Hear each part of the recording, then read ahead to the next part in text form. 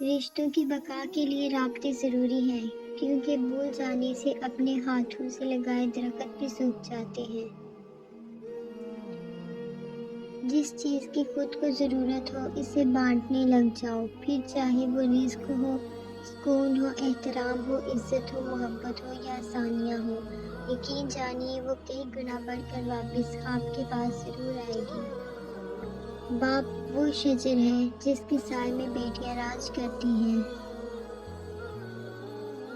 احساس کی دنیا الفاظ کی دنیا سے بہت مختلف ہے۔ غلاب نہیں حجاب دیجیے، نہ آخرت اپنی خراب کیجیے۔ یا اللہ، میں اپنے گناہوں پر بے حد شرمندہ ہوں، مجھے معاف فرما اور مجھے سجدوں کی توفیق دے دے، آمین۔ تمہاری شہر کی رونق میں خوب تر ہے، مگر جو میرے گاؤں کی شام ہے وہ تمام ہے۔ انا کے پیڑ کے نیچے محبت، پیار، احساس ہمیشہ مرجھا کر دم توڑ دیتے ہیں۔ خشک رویہ رکھنے والا اس درخت کی مانند ہے جو پھولوں اور پھلوں سے محروم ہو، نہ بیٹھنے والے کو سایہ دے اور نہ نظر ڈالنے والے کو خوشی پہنچائے۔ غصہ وہ سزا ہے جو ہم کسی اور کی غلطی پر خود کو دیتے ہیں۔ اس رنگ تعلق پہ تعجب ہے کہ ہم لوگ موجود تو ہوتے ہیں، میسر نہیں ہوتے۔ فاصلے بلا وجہ نہیں ہوتے، رویوں کی دیوار ہوتی ہے درمیان۔ کچھ باتیں سن کر لگتا ہے ہر بات کو سننا ضروری نہیں، کچھ باتیں کہہ کر لگتا ہے چپ رہتے تو اچھا تھا، کچھ باتیں سہ کر لگتا ہے کچھ کہہ دیتے تو اچھا تھا۔ بد اخلاق انسان کی مثال اس ٹوٹے ہوئے گھڑے کی طرح ہے جو قابل استعمال نہیں رہتا۔ کیا ضروری ہے کہ ہر بات کی تصدیق بھی ہو؟ وہ جو نزدیک نظر آتا ہے نزدیک بھی ہو۔ تم اگر صاحب رائے ہو تو لازم تو نہیں، تم جسے ٹھیک سمجھتے ہو وہ ٹھیک بھی ہو۔ علم پھیلانا ایسا خزانہ ہے جس کے پھل کا ثواب آپ کو ملتا رہتا ہے۔ لوگوں سے انتقام مت لیا کریں، خراب پھل خود ہی درخت سے گر جاتا ہے۔ میں نے لوگوں کی بھیڑ میں لوگوں کو لوگوں کے لیے ترستے دیکھا ہے۔ بھوک بچوں پہ چپٹی ہے درندوں کی طرح، تھک بھی جاتا ہوں تو آرام سے خوف آتا ہے۔ کوشش کریں جہاں رہیں وہاں اچھا کردار، اچھا اخلاق اور خوبصورت یادیں چھوڑ جائیں۔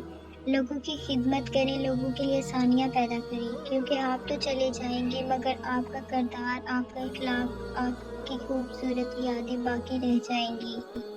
جب بول کر ہی احساس دلانا ہو تو گونگے بن جانا ہی بہتر ہے۔ انسان اپنے اخلاق کی وجہ سے دل میں اتر جاتا ہے یا دل سے اتر جاتا ہے۔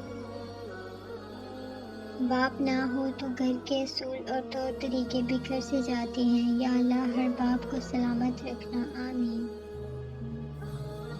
درد ہی احتجاج کرتا ہے، زخم تو بے زباں ہوتے ہیں۔